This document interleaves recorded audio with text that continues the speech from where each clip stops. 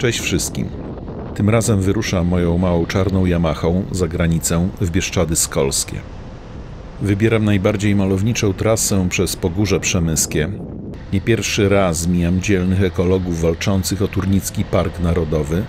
Mijam Arłamów, miejsce dla luksusowych turystów, kręte leśne drogi i tym sposobem po 50 kilometrach docieram na przejście graniczne w Krościenku koło Ustrzyk Dolnych. Pierwszy raz na tej granicy nie czekam.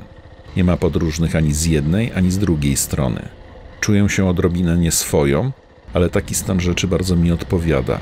Po paru minutach wpisywania w system nowego pojazdu, sprawdzeniu paszportów, jestem już na Ukrainie.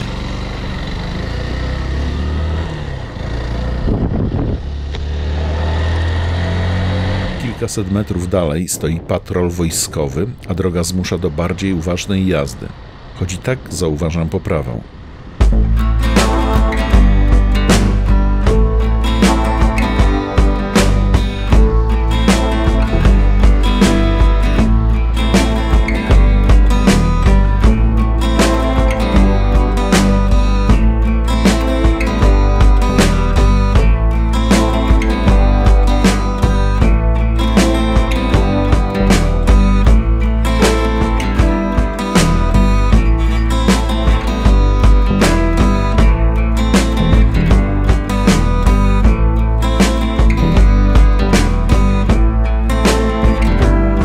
Przejeżdżam rzeczkę Strwiąż, mijam Chyrów, dawną własność Herburtów.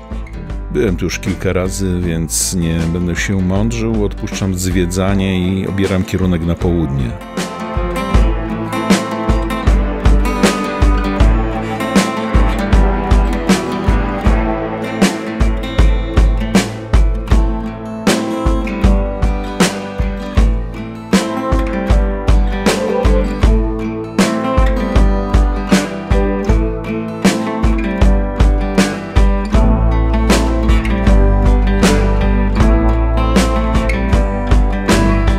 Na tej drodze zasnąć nie można, nie da się też kosić zakrętów.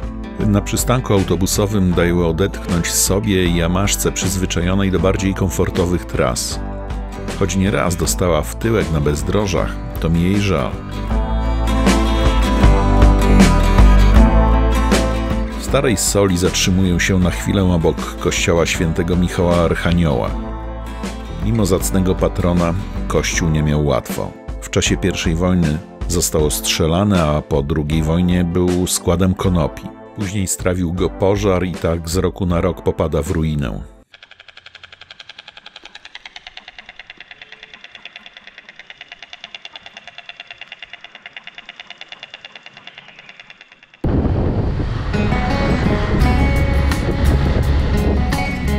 W Starym Samborze musiałem trochę pokręcić się po mieście.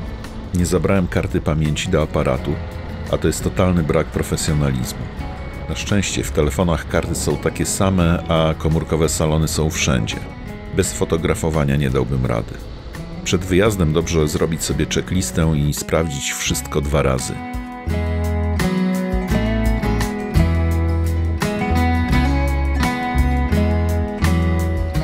Za Starym Samborem wjeżdżam na drogę krajową H13, prowadzącą przez Przełęcz Urzocką aż do Użgorodu i przejścia granicznego ze Słowacją, a trochę dalej do granicy w Czopie z Węgrami.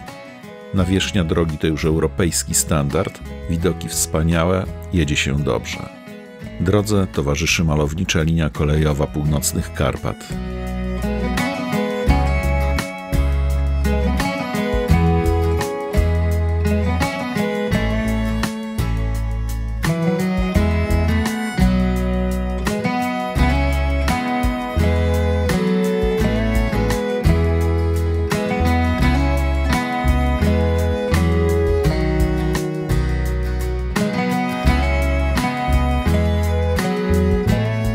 W oddali widać Karpaty, ruch na drodze niewielki, aparat fotograficzny mam naładowany, czyli uzbrojony w kartę pamięci, więc czas zjechać z drogi i zrobić kilka zdjęć.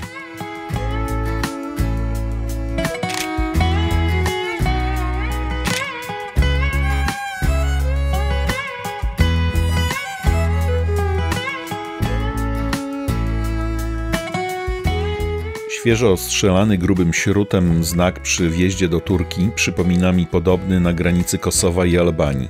Mam nadzieję, że na tym terenie żadnej wojny nie ma i nie będzie. Kilka kilometrów dalej z drogi na Użgorod skręcam w lewo na Stokowiec i Wysocko. Nawierzchnia raz jest lepsza, raz gorsza, ale widoki bardzo atrakcyjne.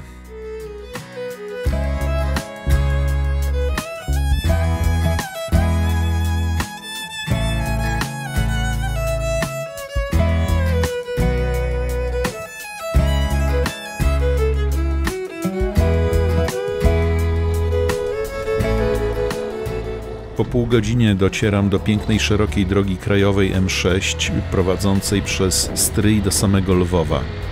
Droga ruchliwa, sporo ciężarówek, ale tereny wokół warte przejechanych kilometrów.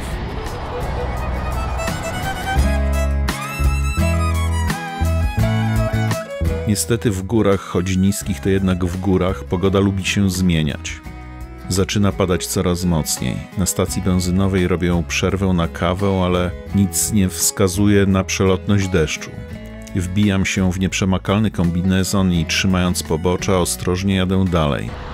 Zostało mi może raptem 20 kilometrów.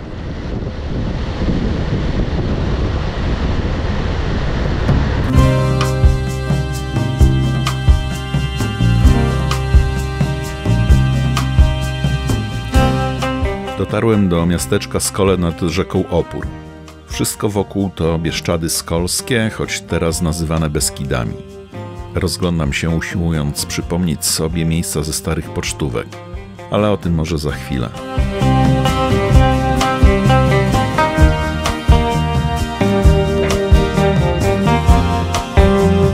Zrobiło się późno, więc czas na nocleg. Znalazłem dzięki nawigacji sadybę, czyli taki pensjonat. Czysto, przyjemnie, a gospodarze bardzo mili. Kuchnia, łazienka, Wi-Fi, bardzo komfortowo. Choć byłem przygotowany nawet na dziki nocleg w namiocie lub hamaku.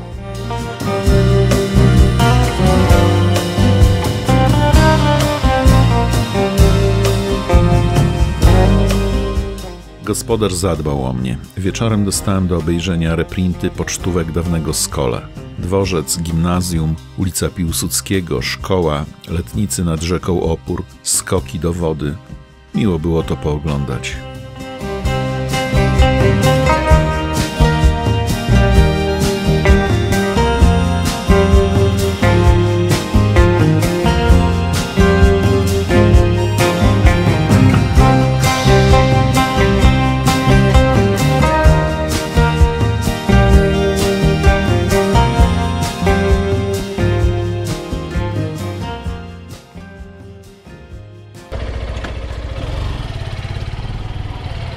Cześć. To do popatrzenia. Побачення, щасливо. О, I na Opір.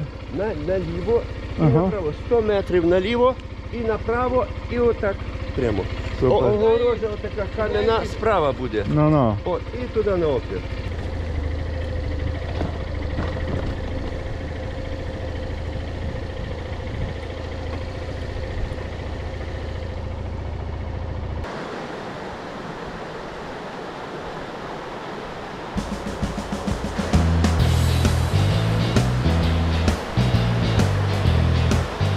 Rano po otrzymaniu dokładnych instrukcji jadę prosto nad rzekę Opór. Na plaży nie ma jednak letników, tak jak było to widać na starych pocztówkach.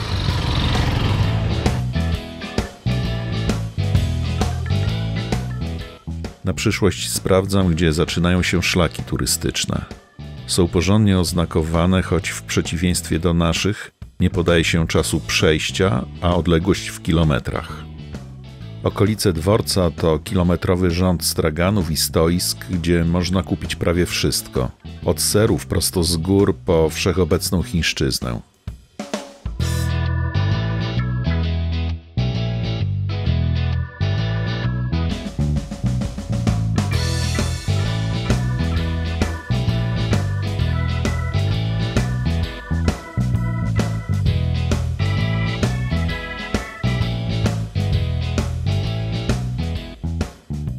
Ostatni rzut oka na Skolę i w drogę. Przy wyjeździe żegna mnie pomnik 2 huców z wielkimi trąbitami. Dźwięk tych instrumentów można było usłyszeć w Beskidach i na Podhalu.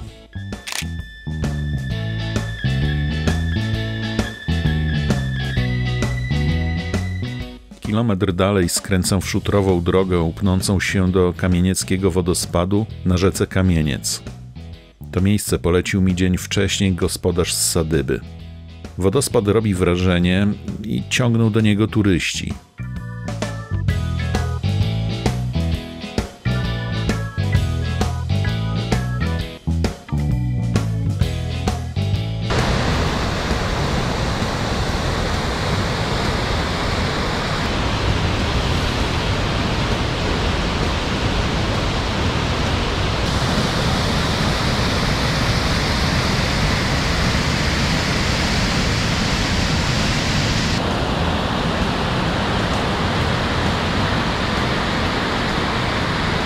Obok w drewnianych domkach można kupić owczy ser w oliwie. Mimo że mały motocykl był obładowany, zmieściłem 2 słoiczki. Proponowano mi nalewkę na beskidzkiej żmii, ale jako wege odmówiłem. Na Ukrainie praktycznie dzikich zwierząt nie widać i już wiem dlaczego.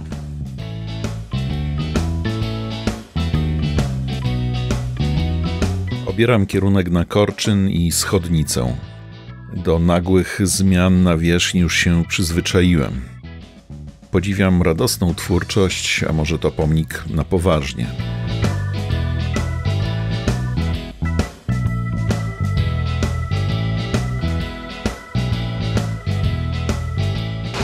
Oglądam huculskie gospodarstwo, wodny młyn, owieczki. Bardzo przyjemne miejsce.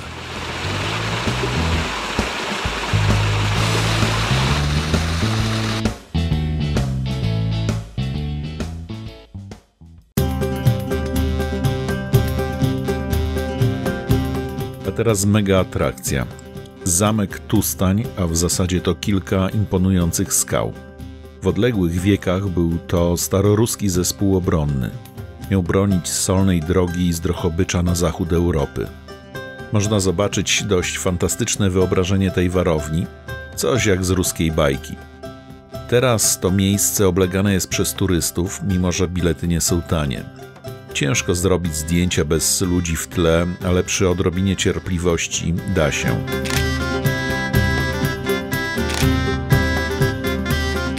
Warto wdrapać się też na górę, bo widoki są niezłe.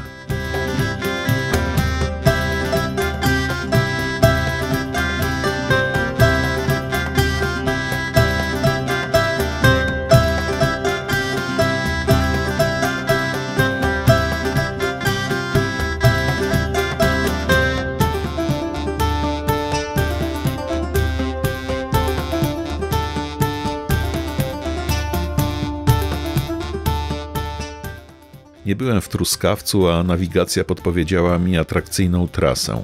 To droga do szanowanego uzdrowiska. W Małym Ciele Wielki Duch. Mówią o moim miejskim motocyklu 125. Dał radę i tym razem. Tuż po wjeździe do Truskawca mijam słynne nawet w moim Przemyślu delfinarium. Taka atrakcja na zachodzie Ukrainy brzmi trochę nieludzko. Trzymanie inteligentnych zwierząt dla uciechy gawiedzi. Sorry, ale nie rozumiem. Ten kurort nie robi na mnie wrażenia. Duże kwadratowe sanatoria, niektóre sprawiają wrażenie wybudowanych dla rządowej wierchuszki, inne skromniejsze, spory ruch i gwar. Chyba nie chciałbym tu wypoczywać.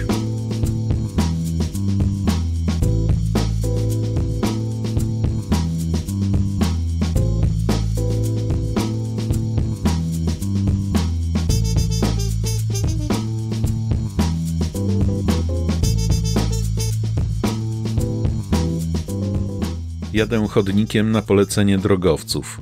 Świeżo wylany asfalt jest tak gorący, że ponoć mogą wybuchnąć opony. Wolę nie ryzykować.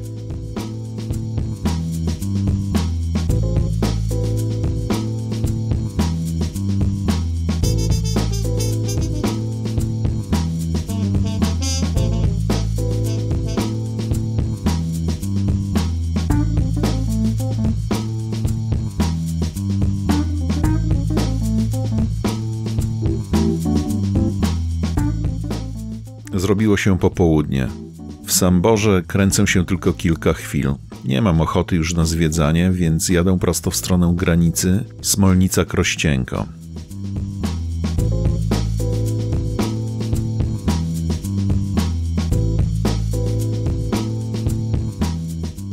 Za ostatnie ukraińskie hrywny tankuję do pełna. Dostępna jest jeszcze benzyna 92 do starych poradzieckich samochodów. Przed granicą czeka ten sam znudzony patrol przy wojskowej ciężarówce.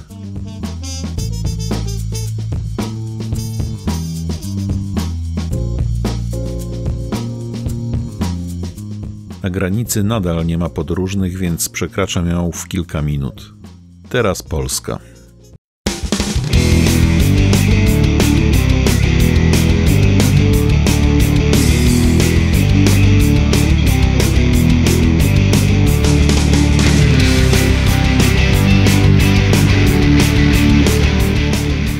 W Ustrzykach Dolnych, stolicy wschodniego punk rocka, skąd zespół KSU pochodzi, obieram kierunek na południe, w polskie Bieszczady, gdzie muzyka bardziej łagodna i smętliwa gości. Ale my tu nie o muzyce, a o podróży.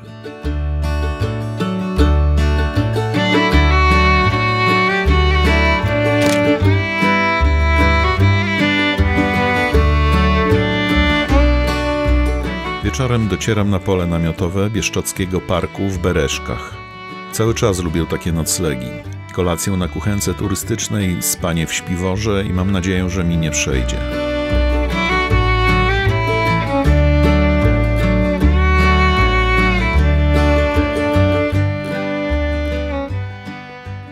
Rano płacę za nocleg i ruszam do Wołosatego, czyli do miejsca w Polsce najdalej wysuniętego na południe, dokąd można normalnie dojechać.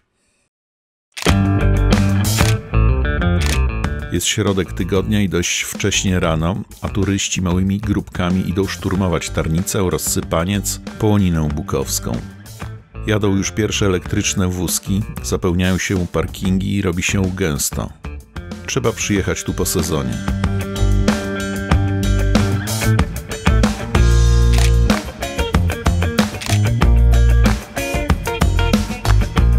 Wbijam się teraz na Wielką Bieszczadzką Pętlę, którą przejechałem już wiele razy i nadal ją lubię. Asfalt miejscami podobny do tego po wschodniej stronie granicy. Ostatni rzut oka na piękne Połoniny i dalej na zachód.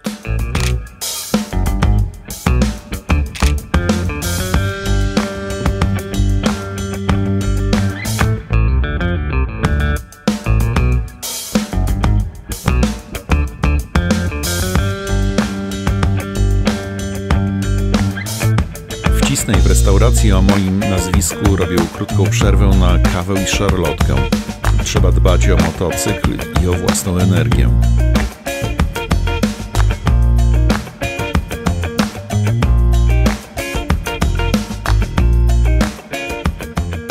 W Baligrodzie muszę dotknąć czołgu T-34, który ma być symbolem walk, jakie toczyły się tutaj w czasie II wojny światowej.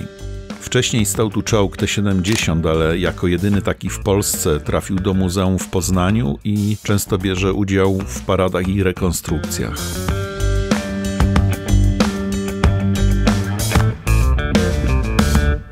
Zostawiam za sobą Wielką Bieszczadzką Pętlę, którą lepiej przejechać niż o niej opowiadać, do czego Was zachęcam.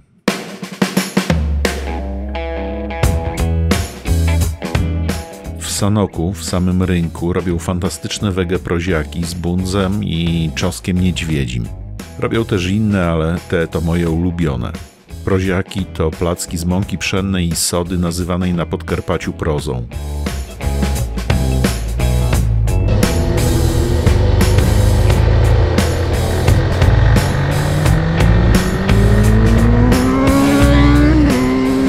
To już ostatnie kilometry mojej podróży. Góry Słonne, najlepsze serpentyny w Polsce. Cudowne, choć też niebezpieczne winkle.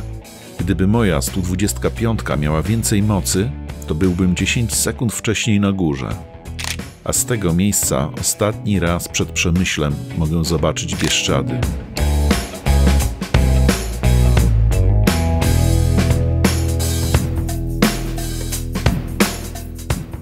Nie chcę jeszcze kończyć tej przyjemnej podróży i 20 km przed domem odbijam do lasu na krótki relaks w hamaku. Trasa, którą pokonałem w kilka dni, to 2 pętle wokół podzielonych granicą gór. Po stronie ukraińskiej było spokojniej, choć są miejsca, w których turystów jest więcej.